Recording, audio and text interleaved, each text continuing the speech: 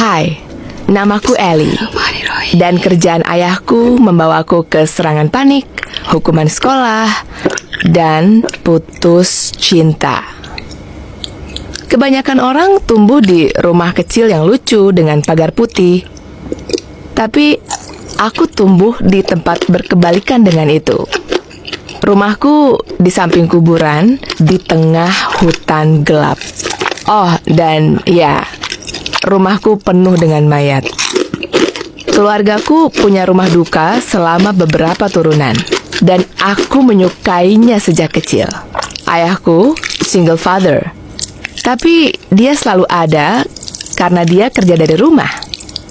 Maksudku, iya sih, dia mengawetkan mayat dan merias mereka. Tapi ayah selalu ada di rumah. Dan jujur, kerjaan dia nggak bikin aku takut. Itu menarik buatku. Aku lebih nyaman dengan kematian dibanding orang lain. Aku tahu itu menyedihkan dan tragis, tapi itu bagian dari hidup. Dan aku nggak apa-apa. Aku bisa lihat ayahku menenangkan keluarga dari orang yang meninggal, dan aku pikir dia seperti pahlawan karena itu. Di saat kebanyakan cewek pingin jadi dokter, atau astronot, atau putri, aku mau melakukan yang dilakukan ayahku. Dia mengajarkanku cara menyiapkan mayat dan hal menjijikkan yang berkaitan dengan itu. Aku homeschool sampai aku di kelas 6 SD. Setelah itu, aku akhirnya mulai dengan anak lain. Aku semangat banget. Aku takut orang-orang bakal aneh ke aku karena aku anak baru, tapi ternyata mereka senang denganku. Beberapa cewek bahkan bilang mereka pingin main sama aku. Aku ajak mereka untuk nginap di akhir minggu. Nginap pertamaku. Aku beli permen dan aku menggerai kasur nyaman untuk semuanya. Aku bahkan bujuk ayah untuk beliin aku piyama baru. Waktu pada datang, mereka agak takut. Tapi salah satu dari mereka, Mia, mikir kalau ini super keren karena aku tinggal di rumah duka. Kami mulai main game dan makan pizza yang banyak. Tapi waktu malam tiba, situasi jadi mulai menakutkan. Kami pergi dan main petak umpet di bawah, di mana kamar mayat dan rumah duka berada. Mereka mulai bilang betapa mengerikannya tempat tinggalku itu, dan aku cuma angkat bahu. Sayangnya, waktu kami main, cewek bernama Polly lari ke kamar mayat dan mulai teriak dengan kencang bilang kalau ada mayat di dalam sana. Aku tahu dia panik, tapi aku cuma meyakinkan dia kalau itu nggak apa-apa. Lalu, Mia ambil papan Ouija dari ranselnya. Kami mulai memainkannya, berusaha bicara sama hantu. Panahnya mulai gerak dan kami tanya apa kami sedang bicara sama orang yang ada di kamar mayat. Waktu panahnya bergerak ke iya, kami cuma tertawa dan teriak. Kecuali Polly. Polly mulai kehilangan akal dan terkena serangan panik. Dia mengalami hiperventilasi sampai nggak bisa nafas. Waktu ibunya datang menjemputnya, dia taruh Polly di mobil dan mulai teriak pada ayahku. Dia bilang, nggak pantas untuk aku mengundang orang ke rumah anehku, dan membesarkan anak di rumah duka itu bodoh dan nggak bertanggung jawab. Dia bahkan bilang kalau aku bakal jadi kacau karena dia membesarkanku di lingkungan yang nggak benar. Aku merasa air mata menyengat mataku. Aku berusaha balik ke acaranya untuk senang-senang, tapi jujur, aku mati rasa. Aku selalu kagum sama kerjaan ayah, dan sekarang orang-orang bilang kalau itu mengacaukanku. Waktu aku balik ke sekolah, Polly bahkan nggak mau melihatku. Semua orang tahu tentang kerjaan ayahku, dan beberapa orang nggak mau ngomong sama aku. Ada rumor kalau aku dihantui. Aku pikir itu semua kekanak-kanakan, tapi aku berusaha nggak menanggapinya. Suatu hari di kelas, seseorang mulai bertanya padaku tentang apa yang kami lakukan dengan mayatnya. Aku senang karena ada yang tertarik, jadi aku mulai jelasin seluruh prosesnya. Beberapa orang di kelas terlihat seperti mau muntah.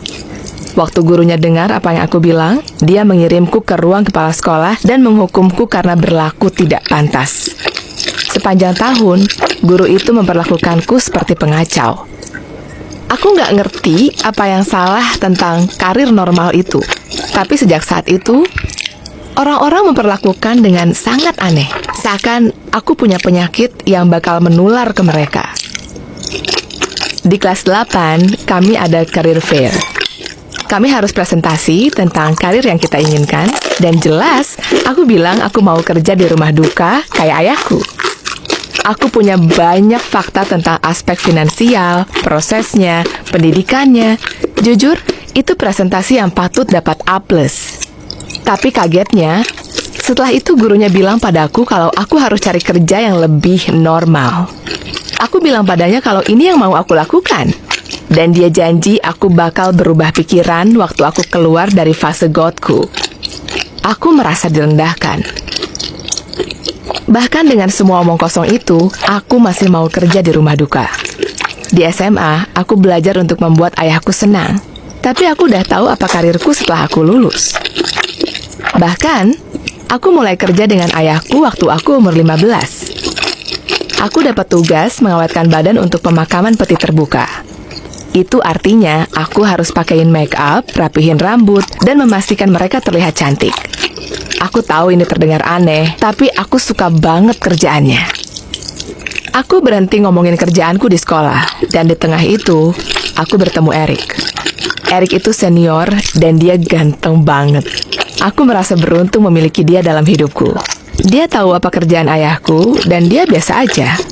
Untuk pertama kalinya, aku merasa agak normal. Itu masa paling bahagia dalam hidupku. Begitulah, sampai suatu hari Eric datang menjemputku saat aku kerja. Aku hampir selesai dengan mayatnya waktu dia masuk ke dalam ruangan. Dia terlihat mual dan dia mundur karena ngeri. Waktu aku ganti baju dan cuci tangan untuk kencan dengannya, dia nggak ngebolehin aku masuk mobil. Dia bilang kerjaanku menjijikan dan dia jadi jijik sama aku. Dia bilang aku pasti nggak punya emosi normal kalau aku bisa kerja dengan mayat tanpa nangis. Lalu dia bilang dia nggak bisa pacaran sama sosiopat. Aku melihat dia pergi dengan mata berkaca-kaca. Seumur hidupku, mimpiku membuat orang jijik padaku. Untuk pertama kali, aku pikir semua orang pasti benar. Mungkin memang ada yang salah denganku. Malam itu, aku bilang ayahku kalau aku mau cari kerja di tempat makan cepat saji kayak remaja normal. Aku memutuskan bakal daftar sekolah jadi suster. Ayahku sedih dan berusaha mengubah pikiranku, tapi aku nggak dengerin. Aku mulai kerja di tempat jual burger, dan jujur, aku nggak suka. Aku meyakinkan diriku kalau ini bisa membantuku jadi normal, dan gak lama aku bisa sekolah untuk sesuatu yang lebih keren. Ini berjalan selama beberapa bulan. Ayahku kangen aku kerja sama dia, tapi aku nggak berubah pikiran. Semua kembali jadi normal, dan beberapa rekan kerjaku bahkan mau jadi temanku. Tapi aku tetap mati rasa. Aku merasa seperti membohongi diriku sendiri. Tapi tiba-tiba, Chrissy, seorang bintang ternama, meninggal kecelakaan mobil. Seisi kota sangat sedih. Lalu, badannya dibawa ke rumah kami untuk diurus. Ayahku mengurusnya dan bertanya apa aku mau bantu, tapi aku bilang enggak. Kalau teman sekelasku tahu aku mengurus orang yang mereka tahu, hidupku bisa berakhir. Waktu pemakamannya berjalan, aku hadir. Aku lihat gerombolan teman sekelasku menangis, dan aku mulai nangis juga. Waktu orang tua Chrissy mendekati petinya, mereka tersenyum waktu melihat ke bawah. Mereka berjalan dan memeluk ayahku, berterima kasih padanya karena membuat anak mereka terlihat cantik untuk satu kali lagi.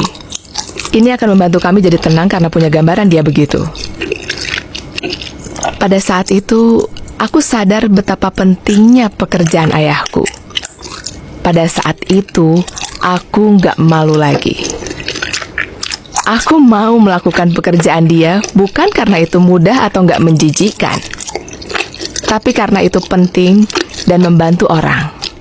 Sekarang aku kerja sama ayahku lagi. Aku nggak akan biarin orang lain menentukan mimpiku. Lagi pula aku nggak mau berada di sekitar orang yang nggak mengerti aku.